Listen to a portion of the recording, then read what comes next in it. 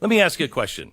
I've taken money out of the stock market, but I also have gotten burned before by taking it out and then, missing the upside, et cetera, et cetera. And my guy who, watches over my investments, he's like, Glenn, it's going to come back. It's not. And I'm like, I know it will come back. But, I'm nearing 60. So if it's back in 10 years, I'm going to start needing that money.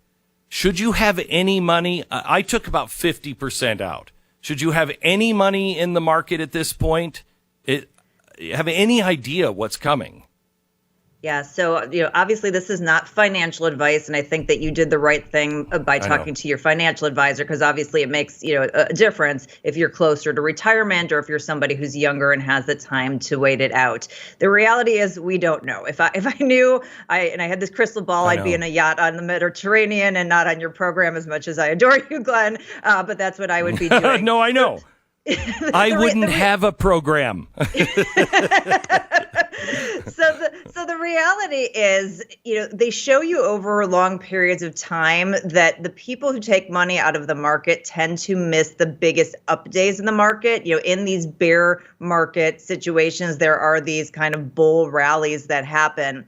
And if you miss the 10 best days of the market over, a 10 or 20 year period, that ends up killing the returns that you get on your portfolio. So I do think, especially if you have a longer time horizon, that you should not panic. You never want to be the one who's selling when the market is down. That's when you want to be buying. Not that I'm saying to buy today, but you should be also hedging your portfolio and maybe realigning it. And I think it's a good time to maybe look at the types of investments you have in your portfolio. If you are looking at these high-flying growth companies with weak balance sheets, that don't make any money, those are the ones that are going to struggle. If they have these rock-solid balance sheets, they generate tons of cash. They're in an industry that can pass price increases onto the consumer. Those are the ones who are going to survive, and they're ultimately going to thrive. So, that's the kind of thing you should be talking to your financial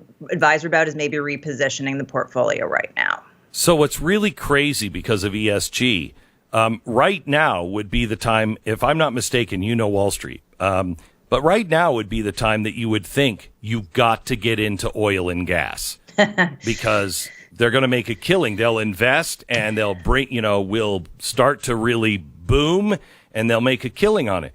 But that's not true anymore because the market is not free. Oil and gas, is that even smart to do that now?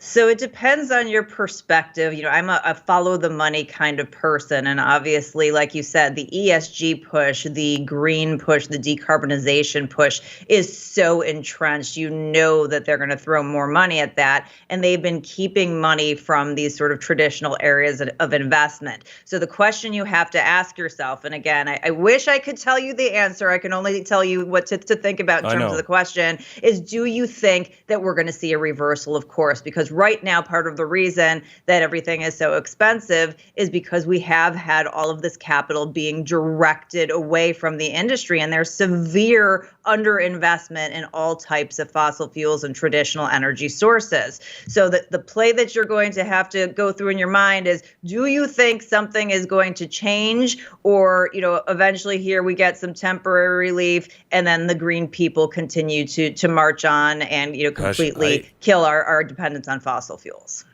What is frightening is that letter that came from Biden yesterday where he said to the oil companies, I have emergency orders where I will begin to direct this. This is what Hugo Chavez did, and it was over for Venezuela. Okay, so let's go back, into, whatever it is, 50, 60 years ago. Venezuela was the fourth wealthiest country in the world. And like you said, their powers that be said, we have wealth inequality. We need to hand this over to the government. We'll make sure that you are all rich. And they nationalized oil and a bunch of industries. Do you know what the median net worth in Venezuela is today, Glenn? God, I'm afraid. No, I don't. It's zero. I am not making this up. This comes from the Credit Suisse report on world wealth. The median net worth, they went from the fourth wealthiest country in the world to a median net worth, not even an average, a median of zero. The midpoint of the country's net worth is zero because they nationalized the oil and gas industry and the wealth. So and that is the trajectory they want to take us down here. So, Carol, is it unreasonable to say, I mean, you know, Biden is lying to us about gas and oil and ESG and all of that stuff. He's just out and out lying to us. Is it unreasonable to say that that's the way you get people to own nothing by 2030? I mean, it's certainly one huge element of it. I mean, just think of if we had some retraction of our energy where one day a week we couldn't, have enough energy to power electricity or to get us to where we need to be. And we all had to move to 4-day work weeks. Think of the productivity that we would lose. Think of how our GDP would shrink. Think of the rolling consequences of that throughout the economy. And yeah, that's a really good way to start, killing the ownership of people. But Glenn, they have so many different ways they are trying to attack you and make sure that you own nothing. That's just one of the tools in their pocket. I will tell you, I'm up here at my ranch, and I am surrounded. I live in a town of very, very small. I mean, the next biggest town over is 5,000. And it is... it's all ranchers. I mean, it's all farmers and regular people, dairymen, and they're all terrified. I mean, they can't buy fertilizer. Water is already at a premium, and now the state of Washington and the state of Idaho is talking about taking down the dams, which would destroy the energy here, and it would destroy all of the water. I live in a desert. Okay, it's a high mountain desert. A lot of farms and cattle are here. And on top of that, they're also expressing to me fear that they'll even be able to keep their land. I think these are real concerns, and I hope the place that you're in is Galt's Gulch because we've been looking for it for quite some time.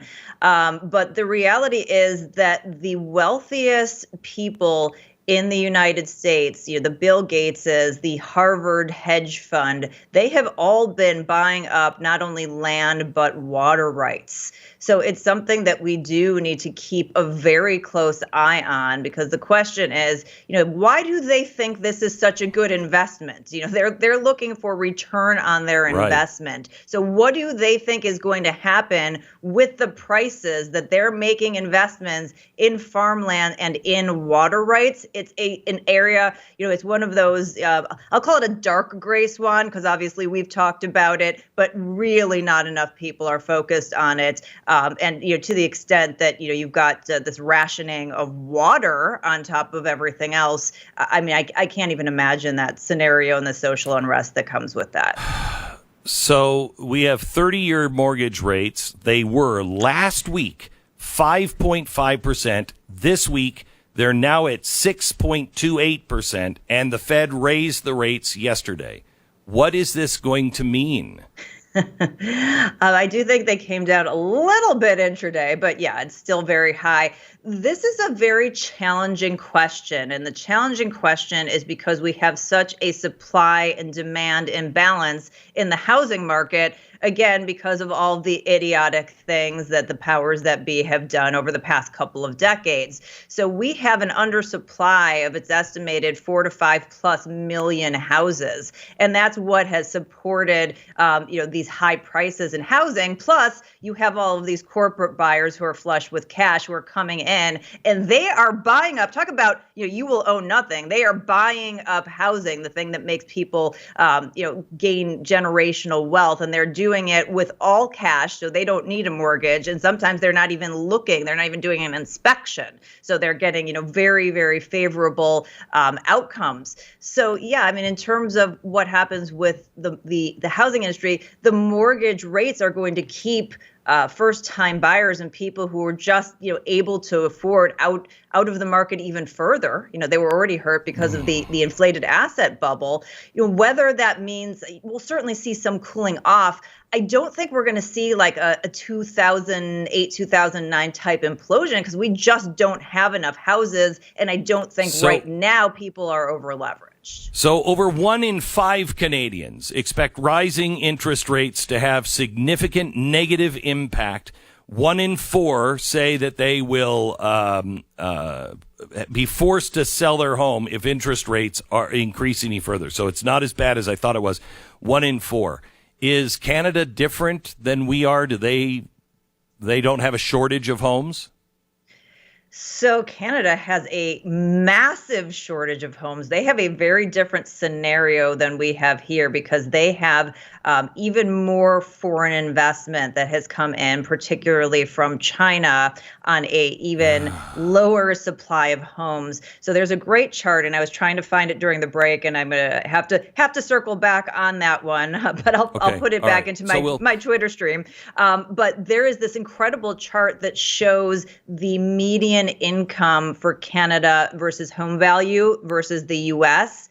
And the home values compared to the incomes in Canada are so out of whack vis-a-vis where the U.S. is that absolutely they are much, much more in an area of a crisis. And I have friends who are in Canada and they go, yeah, my house is worth all this money, but I can't sell it because where am I going to go? I have nowhere else to go and downsize into. So that is a really big issue that is different for them in a bad way versus here in the U.S. Carol, there was this really nasty socialist extremist group that we exposed that is pretty much running the agenda of the White House. At least I think they gave the president, I think it was a list of 10 or 20 things, and he's done almost all of them verbatim, except for the last one on the list is just declare a national emergency. And it's on climate. And it makes me so nervous to see him so willing to say to the gas and oil companies yesterday that this is an emergency and he will declare an emergency and just take things over. That's what he's been saying and leading to for climate change. I think this is going to affect an emergency with food as well. And then eventually jobs. What does it mean that the Fed rate has now, or the Fed growth is down at 0.0? I think that's intentional so we don't have a month in headed towards a recession. But what are we facing? I mean, we're facing a bunch of people who are completely disconnected with reality. And like you said, they may be the puppets of nefarious actors. It makes absolutely no sense. And it's so frustrating because, yes, we do have an emergency and they're the ones that caused it. And they could get us out of this emergency. They could shore up economic security. They could shore up national security by just doing a 180 on policy. It's pretty clear if you're saying there is an emergency here, we need to do something, but it's not just an emergency today, it's an emergency for the long term. So it would be really great for them to say, you know what, we understand maybe we got this wrong, or, we're in a different situation if they don't want to admit that they're wrong, and we're going to continue the green agenda. But we don't want to have fossil fuels come out of Venezuela or the Middle East or these countries who are going to do it in a fashion that's less clean. We want to lead the way with the clean fossil fuels, and we're going to become the leader. And we're going to shore up your economic security. We're going to shore up national security. We're going to shore up the security for our allies, and that's our plan going forward. And I don't care. Take credit for it. Pretend this was your great, brainstorm, and none of us knew this. If you want the credit for it, I don't care. I just want to make sure we don't have all those things that you talked about, the food insecurity, the rolling blackout, the social unrest that comes with that, and that leading us into full-scale global war. I mean, that is potentially where we are headed, and he could change all of that today. The problem is people keep saying they won't admit that they're wrong, but I am, and maybe it's the cynic in me, but I've just seen too much. I don't believe they are wrong. I think they're getting the results that they want. This is This is too perfect in destroying the country. You know what I mean? You can't be wrong this consistently. What would you do differently Carol, if you were trying to do it intentional? Here's hopefully a short synopsis of something that happened this week that I still don't understand. In office space near a client, a young woman was meeting with her boss. She was, by my estimation, in her late 20s. The boss, also a woman, was giving her feedback and reviewing edits she had made on something that this young woman wrote. They had been speaking in low tones, but their volume got louder toward the end of the conversation because the young woman was getting agitated about a particular edit. So she wrote some article. She's getting edits from her boss. She doesn't like this one edit. This happens all the time in this world. The particular edit was correcting the spelling of hamster to hamster. Now, I'm going to give you to read the spelling. She spelled it, the employee spelled it Hampster. Now, that is not what the word is, obviously. It's hamster, Hamster. Yes. Okay. So she spelled it hamster, like a hamper where you throw your clothes. Yeah. Right? But hamster, meaning the animal, there's no P in there. Okay? Pretty basic. Right. So she spelled it wrong and somebody corrected her. Right. And she's hacked off about it. She had used the phrase like spinning in a hamster wheel in the draft. And it was like they were talking about it being like an op-ed or a speech or something. Mm-hmm. So spinning in a hamster wheel, Hampster. So the boss is saying, hey, we got to change that to Hamster. The young woman kept saying, I don't know why you corrected this because I spell it with a P in it. And the boss said calmly, but that's not how the word is spelled. There is no P in hamster. And the young woman replied, but you don't know that. I learned to spell it with a P, and that's how I spell it. The boss, remaining very calm and professional, let's go to dictionary.com and look it up together. Now, again, all right, as the writer points out, this is a woman in her late 20s, not a fifth grader. Mm-hmm. The young woman insists she doesn't need to look it up because it's fine to spell it with a P because that's how she wanted to spell it. Okay. The boss says, let's look over the rest of this piece so I can explain the rest of my edits. They do, and I can see the young woman is fighting back tears. The boss is calm, cool, and handles this with professionalism and empathy. The boss says, I know edits can be difficult to go over sometimes, especially when you're working on new kinds of things as you grow in your career. But it's a necessary process and makes us all better at what we do.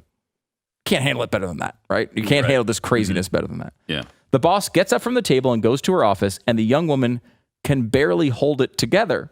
She moves to another table. Is there a crying room in this workspace? That's the problem. I hope there is. Apparently there was not. Oh, no. Because she goes to another table in the common workspace area, drops all her stuff loudly on the tabletop, and starts texting. A minute later, her phone rings. It was her mom. So she called her mom. She had texted her mom to call her because it was urgent, and I'm sure her mother might have thought, I don't know, she's in the ER or something. She then, in the common workspace, puts her mom on speakerphone. Okay. She bursts into tears and wants her mom to call her boss. Now, I'm guessing, if I don't know this story, I'm guessing mom will do that because this is obviously how she's been brought up. How else could she be this way, right? Okay. Yeah. She bursts into tears, wants her mom to call her boss and tell her not to be mean about telling her how to spell words like hamster. Oh, my gosh. The mother tells her that her boss is an idiot. This is again on speakerphone. And she doesn't have to listen to her. Wow. And she should go to the boss's boss to file a complaint about not allowing creativity in her writing. Why don't you just spell every word the way you want then? Why not? How would anyone communicate with each other if you could just spell words however you want? The young woman kept saying, quote, Unbelievable. I thought what I wrote was perfect, and she just made all these changes and then had the nerve to tell me I was spelling words wrong when I know they are right, because that is how I have always spelled them. Now, that is not the way you figure out whether something is right or not. This is that world, right, where like every fact is morally relative, right? Yeah. Like there's some relative thing. Well, I think it's right, so therefore it's right. I have my truth, right? It's that sort of rationale. Yep. She says, she then went on, still on speakerphone, to tell her mom that I'm very great and often... By the way, there's no embarrassment factor here. No, I know. Everybody's hearing this. You're in a common workspace on speakerphone. I always have those thoughts when you're like in an airport and someone's like in a fight on their speakerphone, like sitting on a bench around. Like, what person thinks that's the right thing to do? It's incredible. Like, you go to the corner if you have to have this conversation right now, and you do it quietly and calmly. You don't put it on speakerphone and yell swears at the person, but yet that happens like every other time I'm at an airport. The woman then, the employee, then went on, still on speakerphone, to tell her mom, I'm very great, and offers inappropriate detail about how hungover she was and what she did with her friend and with some guys the night before. So she's saying how wonderful she is, but then also talking about how she's hungover at work on speakerphone in public. And then her mom laughed and laughed. The colleagues in and around the workplace kept looking at one another. Some even put earbuds and headphones on. It appeared as though this was a regular thing with her. She ended the conversation asking her mom how she should bring this up with a boss's boss. I mean, this is a quote, I always spell hamster with a P. She has no right to create.